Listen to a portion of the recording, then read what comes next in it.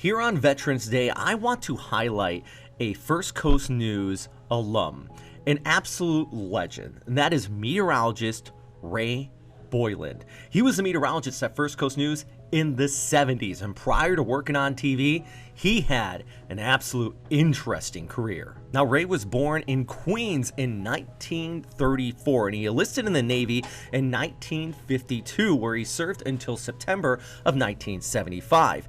He trained as a urographer's mate, that is the Navy rate for weather forecasting, and was one of the earlier hurricane hunters. He actually flew some 2,000 hours inside of hurricanes, and he flew into Hurricane Camille in 1969. And after that just absolute amazing career, he transitioned over to TV, working here at First Coast News.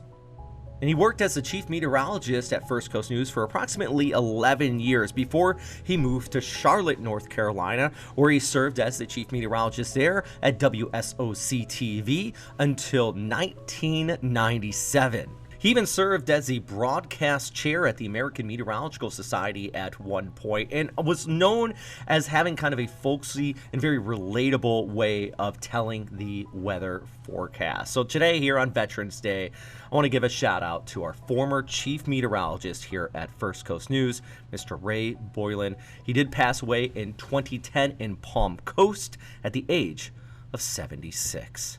I'm meteorologist Robert Spetty here at First Coast News, a fellow vet looking back at one of our alumni here at First Coast News.